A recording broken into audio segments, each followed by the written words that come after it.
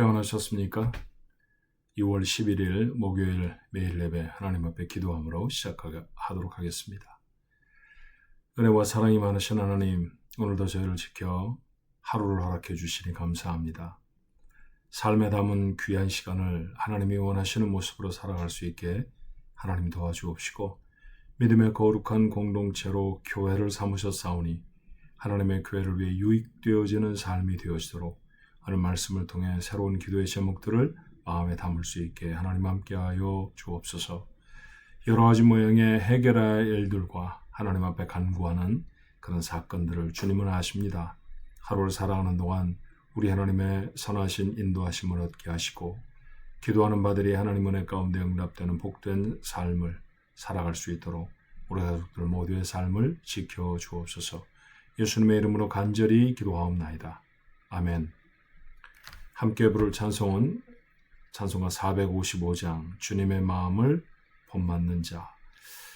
455장 주님의 마음을 본받는 자 함께 찬송합니다.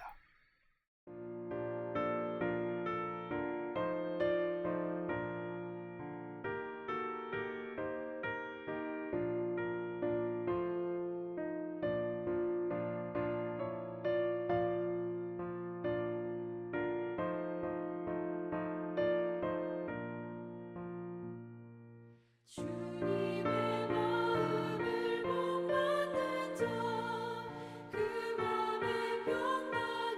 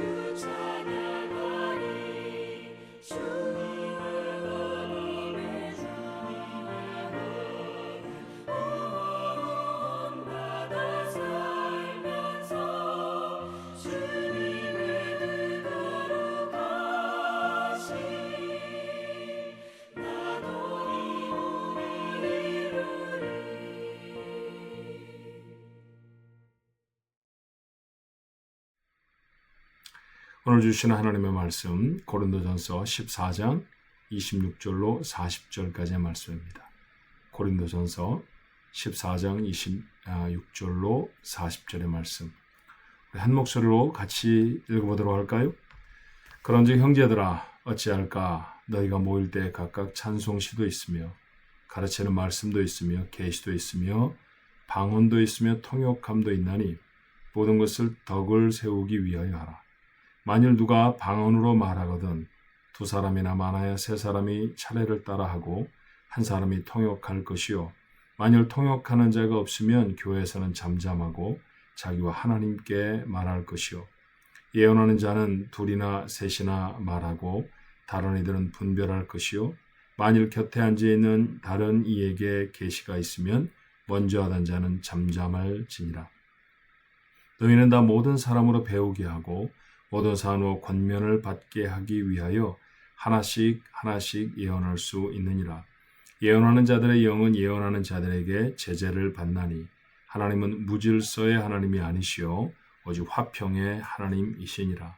모든 성도가 교회에서 함과 같이 여자는 교회에서 잠잠하라. 그들에게는 말하는 것을 허락함이 없나니 율법에 이른 것 같이 오직 복종할 것이요 만일 무엇을 배우려거든 집에서 자기 남편에게 물을 치니 여자가 교회에서 말하는 것은 부끄러운 것이라. 하나님의 말씀이 너희로부터 난 것이냐 또는 너희에게만 임한 것이냐. 만일 누구든지 자기를 선지자나 혹은 신령한 자로 생각하거든 내가 너에게 편지하는 이 글이 주의 명령인 줄을 알라. 만일 누구든지 알지 못하면 그는 알지 못한 자니라. 그런즉 내 형제들아 예언하기를 사모하며 방언 말하기를 금하지 말라. 모든 것을 품위 있게 하고 질서 있게 하라. 아멘. 오래전에 선배 목사님께 이런 말씀을 들은 적이 있어요. 성탄절이 가까워오는데 아이들이 아버지 앞에 크리스마스 카드를 미리 보냈다는 거죠. 근데 그 카드의 내용이 똑같습니다. 메리 크리스마스 아빠, 아빠를 사랑해요. 그런데 아빠 강아지를 한 마리만 사주세요. 첫째 딸도 둘째 딸도 그리고 막내 아들도 똑같은 내용으로 편지를 보냅니다. 아버지의 마음이 고민이 되게 됐어요. 강아지를 사줘야 하나 말아야 하나. 결국 이 아버지는 아이들의 그 간절한 청을 외면할 수 없어서 강아지 한 마리를 사주게 되었습니다. 정말 흰 눈처럼 예쁜 하얀색 조그마한 강아지죠. 아이들이 얼마나 좋아했는지 몰라요. 그런데 그 강아지를 사주고 난 다음에 아이들의 모습이 달라지고 말았습니다. 전에는 아버지가 교회에서 돌아오시면 현관에 모두 다 쪼로리 나와서 아빠 얼굴에 뽀뽀를 하고 아빠를 안아주고 막 그랬거든요. 그런데 이 강아지 새 식구가 생긴 다음에는 아이들의 태도가 달라졌습니다. 아버지가 돌아와도 번쩍 만척하는 거예요. 그저 그 아이들은 강아지밖에 모릅니다. 세 아이가 다 우애가 좋던 아이들이었어요. 서로 사랑하고 서로 사이좋게 잘 놀던 그런 아이들이었는데 강아지가 생기고 난 다음에 이 아이들 속에 싸움이 생깁니다. 내가 오늘은 데리고 자겠다는 둥, 오늘은 내가 데리고 나아가서 산책을 시키겠다는 둥 다툼이 끊이질 않습니다. 하나는 울고 하나는 소리를 지르고 조용하던 집이 그저 강아지 한 마리 때문에 시끄럽게 됐죠. 얼마쯤 참고 보던 아버지 목사님이 결단을 내리게 됐어요. 어느 날 아이들을 다 모아놓고 아빠가 선물로 너희들에게 주었는데 선물이 너희들에게 유익하지 않은 것 같아. 그래서 이 강아지는 아무래도 다른 집으로 보내야겠다. 그리고 다른 집으로 보냈는데 아이들에게 슬픔이 이만저만이 아니었다는 얘기를 하신 적이 있어요. 우리에게 주시려고 하셨던 말씀은 분명합니다. 하나님이 우리에게 선물로 무엇인가를 주시지만 그것을 잘못 사용하여서 때때로 잃어버리기도 하고 도리어 슬픔을 당하게 되기도 한다라는 얘기죠. 오늘 본문에 기록되어 있는 방언 혹은 예언, 이 쉬운 사사롭게 하는 게 아니지 않습니까? 자, 이런 것들을 은사라고 말합니다. 은혜로 받은 선물이라는 것이죠. 하나님이 저들을 사랑하셔서 저들에게 주신 선물이에요. 그런데 이 은사가 잘못 사용될 수 있다라고 하는 사실을 오늘 우리는 본문을 통해 알게 됩니다. 고린도 교회는 이 은사가 많은 교회였습니다. 재미있는 얘기지만 은사가 많아서 문제도 많이 생기게 되어져 버렸어요. 그중에 대표적인 것은 시기하고 다투는 것이지요. 모두 다 자기 받은 은사가 더 크다고 자랑을 합니다. 병 고치는 사람은 병 고치는 게 최고라고 했을 것이고, 말씀을 가르치는 사람들은 말씀을 가르치는 것이, 또 방언하는 사람들은 방언하는 것이 바로 이렇게 소리가 시끄러워집니다. 그래서 예배당으로 모였을 때는 이런 자신의 은사를 뽐내기 위해서 예배가 소란스러워지기 시작했어요. 상상을 해보면 이런 거 아닐까 싶어요. 예배 시간이 되었습니다. 다 같이 좌석에 앉는데 한쪽에서 어떤 사람은 막 방언으로 기도하기 시작하지요. 또 한쪽에 어떤 사람은 예언을 하기 시작합니다. 또 어떤 사람은 병든 사람이 있으면 나한테 오라고 병을 고쳐주겠다고 막 이야기를 합니다. 이러면 예배가 뒤죽박죽 소란스러워지지 않습니까? 근데 이런 일들에 더 적극적이었던 사람들은 아마 교회를 이루고 있는 여인들이었던 것 같아요. 자, 남자들보다 여인들이 좀 더 감성적이죠. 그래서 그들이 받은 은사가 더 신기했고 더 사랑스러웠고, 그런데 그것을 좀 지나쳐서 다른 사람보다 내 것이다 나라고 하는 어떤 점에서는 시기심, 어떤 점에서는 다른 사람을 무시하는 것, 이런 지경에 이르게 된 것 같습니다. 자, 교회가 이렇게 소란스럽다는 소식을 바울의 에베소 지역에서 들어요. 이 이야기에 지침을 준 것이 오늘 고린도서 14장 본문에 담겨 있습니다. 오늘 바울의 교훈은 뭘까요? 가르침은 그 첫 번째는 은사라고 하는 것의 목적과 이유가 무엇인지를 생각해 보라는 거죠. 은사는 교회를 세우는 데 사용되어져야 합니다. 자, 26절 하반절의 말씀에 우리말 성경에는 모든 것을 덕을 세우기 위하여 하라 그렇게 말을 하는데요. 영어 성경에는 교회를 세우기 위하는데 하라라는 말입니다.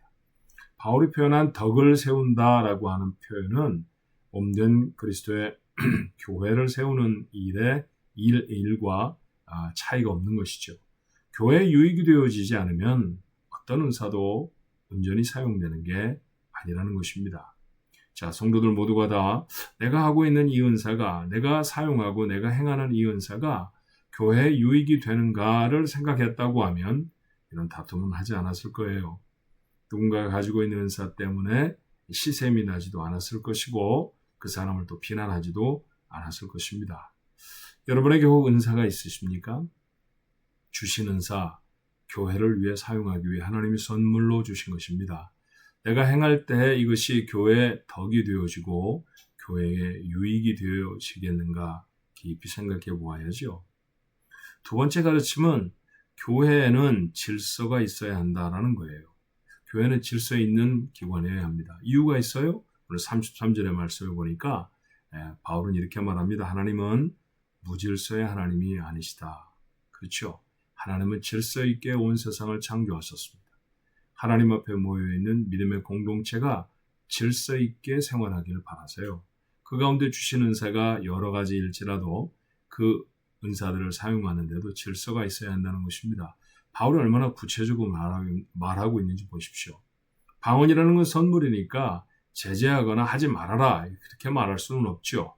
그건 도리어 선물을 받은 사람에게 박수를 쳐주고 또 참 하나님이 주신 은혜가 얼마나 큰지 영광을 하나님 앞에 돌려야 할 내용일 것입니다. 그런데 만약에 공예배 중에 방언을 하는 사람이 있다고 하면 많아야 세 사람만 하라 하는 얘기죠.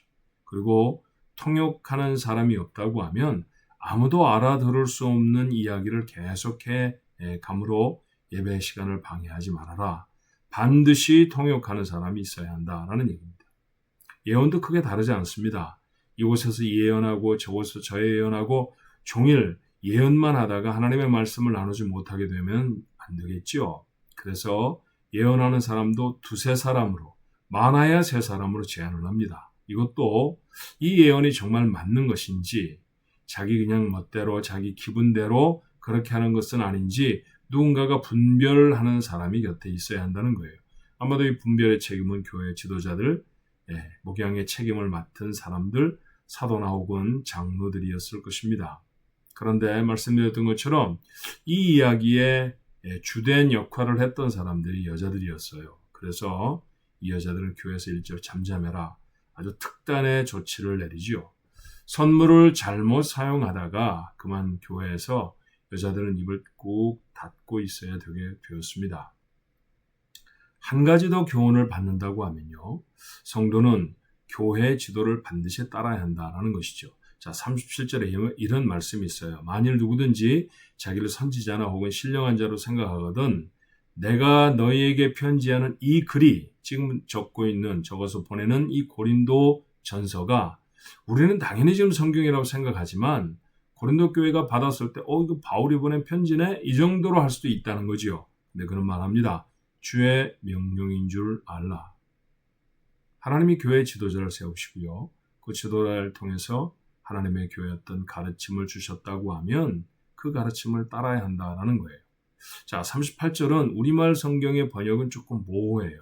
만일 누구든지 알지 못하면 그는 알지 못한 자니라. 이건 무슨 뜻일까?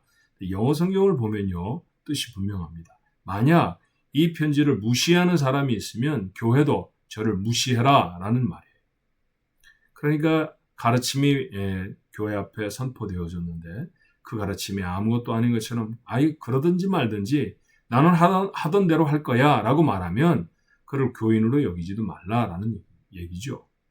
교회 성도가 되어지는 이 신령한 직분과 귀한 선물을 잃어버리게 되는 상황에 놓이게 됩니다. 신앙생활은 축복된 삶입니다. 얼마나 복된 삶을 우리에게 주셨는지 몰라요? 바른 신앙생활을 해야죠. 그런데 어떤 신앙생활이 바른 신앙생활일까? 그 신앙생활이 바깥으로 비쳐나올 때 이런 모습이어야 합니다. 40절이죠. 품위 있게 하고 질서 있게 하는 거예요. 신앙생활을 할 때 내 삶에 점점 품위가 더 깊어진다는 것, 더 그 품위가 넓혀진다는 것. 이것은 신앙생활을 잘하고 있다는 증거일 것입니다. 그리고 하나님의 귀한 일을 감당할 때에도 질서 있게 하는 것이죠. 우리는 교회 공동체로 하나님 앞에 모여 있습니다. 하나님이 축복하셔서 우리가 서로 진하게 사랑하는 그런 관계들이죠. 그러나 어떤 때에는 고린도 교회만큼은 아니라 할지라도 우리 속에도 작은 시시비비가 있을 수 있어요. 이때마다 우리가 생각해야 할 것입니다. 내가 잘하는 것, 은사로 받은 것 교회를 위해 사용해야 된다. 교회를 세우기 위한 도구여야 한다라고 하는 사실을 잊지 않아야 하는 거죠. 모든 일들을 행함에 질서가 있어야 하고요. 그 질서는 교회 지도자들을 통해서 하나님의 말씀을 근거로 해 여러분에게 가르침이 주어질 것입니다. 이렇게 잘 따라가는 사람이 품위 있는 그리스도인의 신앙생활을 할 수 있습니다. 우리 가족들의 삶이 이런 품위 있고 질서 있는 믿음의 삶이 되어지면 하나님이 여러분에게 주신 선물들을 여러분의 삶을 위해 아름답게 사용할 수 있지 않을까요? 뿐만 아니라 그 삶에 하나님 앞에 영광이 돌려지는 귀하고 복된 삶이 될 줄로 분명히 믿습니다. 그런 성도들이 되도록 하나님이 도우실 줄로 믿습니다. 기도하겠습니다. 저희들을 사랑하셔서 여러 가지 모양의 은사를 주시고 또 그 은사들로 하나님 앞에 영광을 돌리게 하시니 하나님 참 감사합니다. 주신 은사 잘 사용하여서 하나님의 교회를 세워낼 수 있게 하시고 칭찬받는 온 성도들 모두가 되어지도록 은혜를 더하여 주옵소서. 어떤 때는 주신 은혜가 너무 진하고 깊어서 다른 사람들을 상하게 하며 그렇게 지나치게 행하였던 적도 있을지 모릅니다. 하나님 용서해 주시고 이와 같은 일들을 교회의 질서를 쫓아 잘 감당하여서 우리의 삶에 담아주신 귀하고 복된 믿음의 삶이 품이 있는 삶이 되어지게 축복하옵소서. 오늘도 하루를 살아가는 우리 가족들의 삶에 은혜를 더하시사 품격 높은 그리스도인의 삶 살아낼 수 있도록 축복하옵소서. 예수님의 이름으로 간절히 기도하옵나이다. 아멘.